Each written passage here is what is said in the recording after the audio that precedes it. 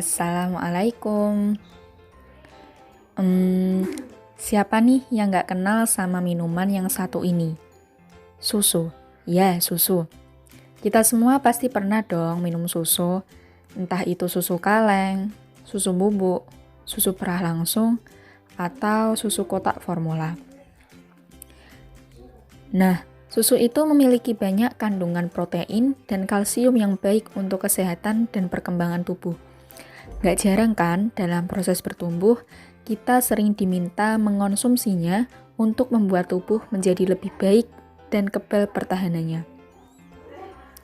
Tapi teman-teman tahu nggak sih, susu itu ternyata termasuk dari koloid loh. Koloid? Hah? Apa itu? Koloid adalah suatu campuran heterogen antara dua zat atau lebih yang mana partikel-partikel zat yang berukuran atau fase terdispersi tersebar merata dalam zat lain atau medium pendispersi. Fase terdispersi adalah zat yang didispersikan, sedangkan fase pendispersi adalah medium yang digunakan untuk mendispersikan. Keduanya dapat berupa padatan, cairan, dan gas. Nah, dispersi sendiri itu apa sih? Dispersi adalah tercampurnya zat secara merata. Dispersi terbagi menjadi 3 sistem, yaitu yang pertama larutan, yang kedua koloid, dan yang ketiga adalah suspensi.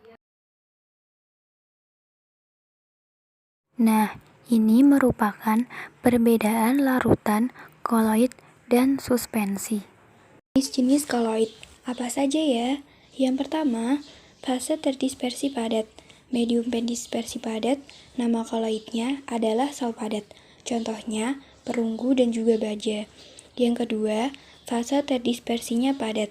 Medium pendispersi cair, maka nama koloidnya adalah sal. Contohnya, cat dan juga tinta. Yang ketiga, fase terdispersi padat. Medium pendispersi gas, nama koloidnya aerosol padat.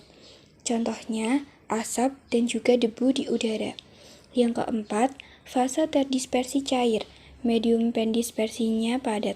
Nama koloidnya emulsi padat. Contohnya, keju, mentega, dan juga jelly.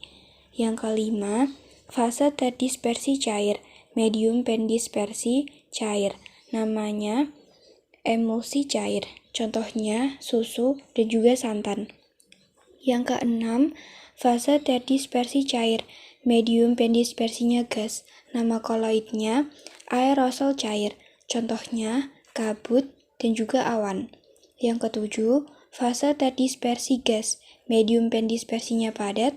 Nama koloidnya adalah busa padat. Contohnya batu apung dan juga busa jok. Yang kedelapan, fase terdispersi gas. Medium pendispersinya cair.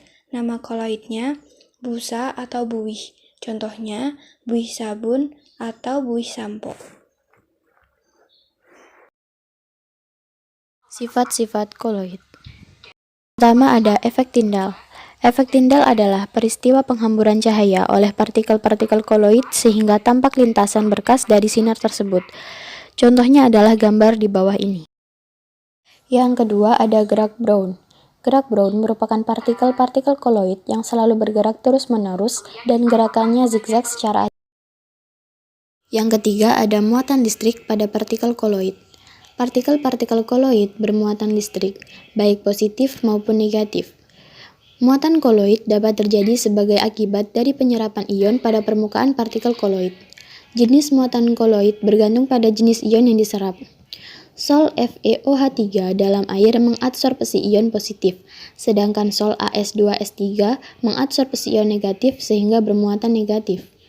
Partikel koloid yang bermuatan sama akan mengalami gaya tolak-menolak, dan partikel yang berbeda muatan akan saling tarik-menarik. Yang keempat ada adsorpsi.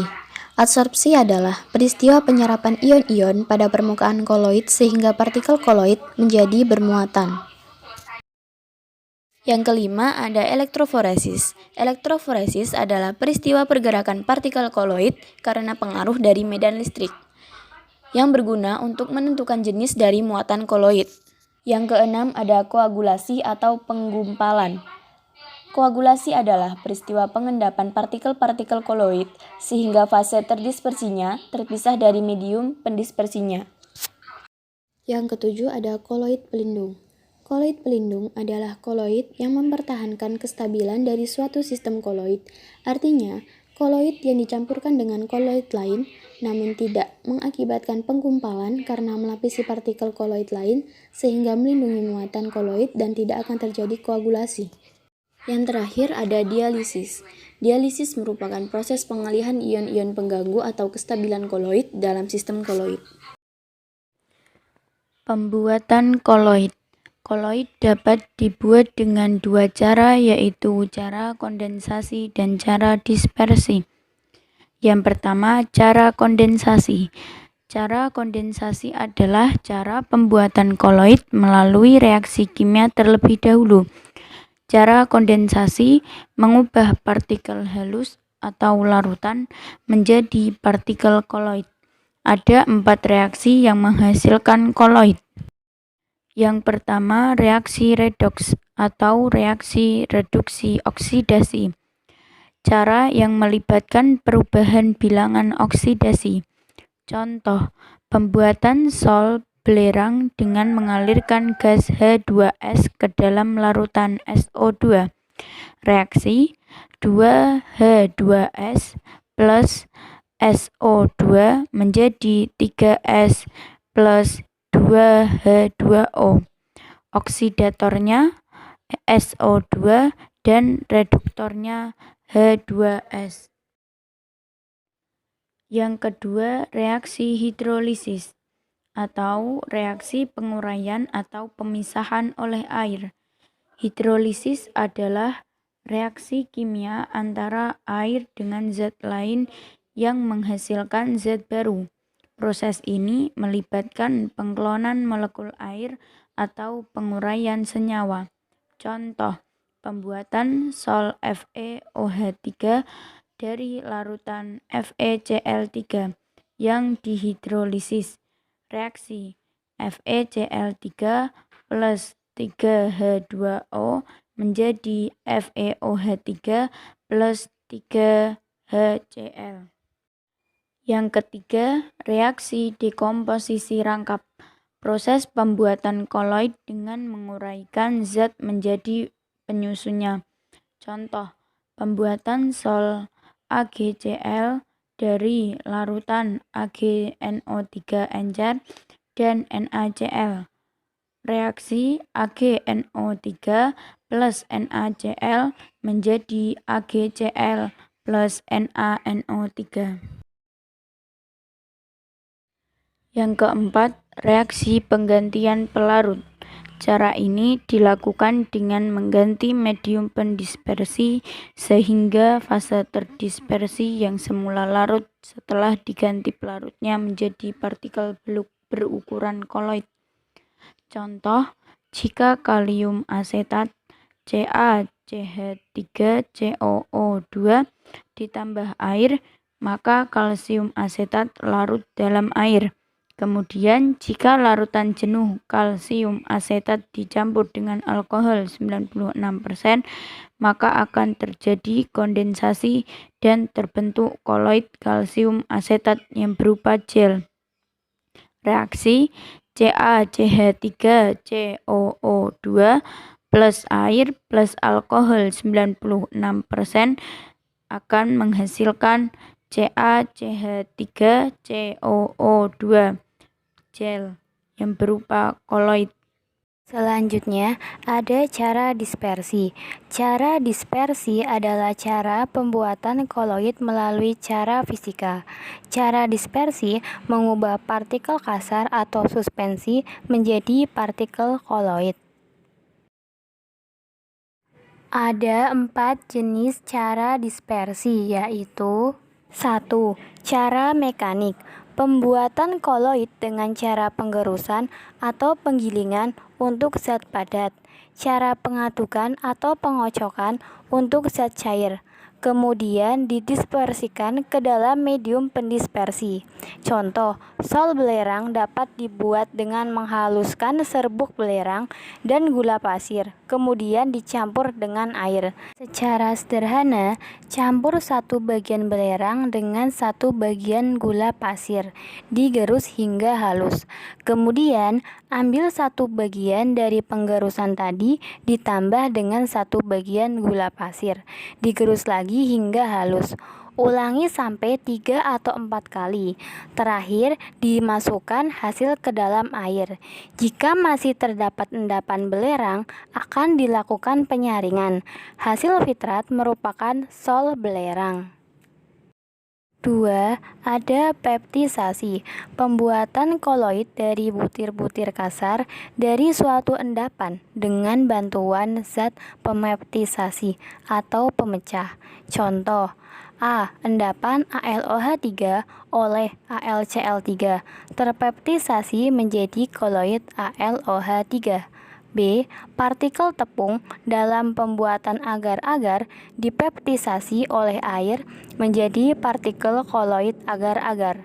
C. Serbuk AgCl ditambah air suling menjadi koloid.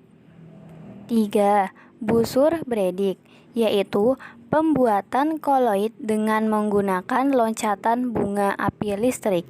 Cara ini biasanya digunakan untuk membuat sol logam. Logam yang akan dibuat menjadi sol logam digunakan sebagai elektroda yang kemudian dicelupkan ke dalam air atau medium pendispersi. Kedua ujung logam dialiri arus listrik bertegangan tinggi sehingga terjadi loncatan bunga api listrik. Pada saat ini, logam yang berupa lempengan dipecah menjadi atom-atom logam. Selanjutnya, karena pengaruh pendinginan, atom-atom logam akan terkondensasi menjadi sol-sol logam. 4. Homogenisasi. Homogenisasi adalah pembuatan koloid jenis emulsi dengan cara membuat suatu zat menjadi homogen dan berukuran koloid. Misalnya, susu. Cara ini dilakukan dengan memecah partikel lemak atau minyak dan susu yang kemudian didispersikan ke dalam medium pendispersinya yang selanjutnya dilewatkan ke dalam alat homogen zat yang mempunyai pori-pori ukuran tertentu sehingga akan diperoleh emulsi yang homogen. Contoh, pembuatan susu bubuk. Koloid liofob dan koloid liofil. Koloid yang memiliki medium dispersi cair dibedakan atas koloid liofil dan koloid liofob. Klasifikasi ini berdasarkan interaksi antara partikel terdispersi dengan medium pendispersinya. Koloid iofil adalah koloid yang terdispersinya dapat menarik dan mengabsorpsi molekul mediumnya. Sedangkan koloid liofob adalah koloid yang zat terdispersinya tidak dapat menarik dan tidak dapat mengabsorpsi molekul mediumnya. Bila medium pendispersi air, maka koloid liofil disebut koloid hidrofil, sedangkan koloid liofob disebut koloid hidrofob. Contoh dari koloid hidrofil adalah sabun, deterjen, agar-agar, kanji, dan juga gelatin. Sedangkan contoh koloid hidrofob adalah sol belerang, sol-sol sulfida, sol FeOH3, dan juga sol-sol logam. Nah, tabel ini adalah tabel perbedaan koloid liofob dan juga koloid liofil.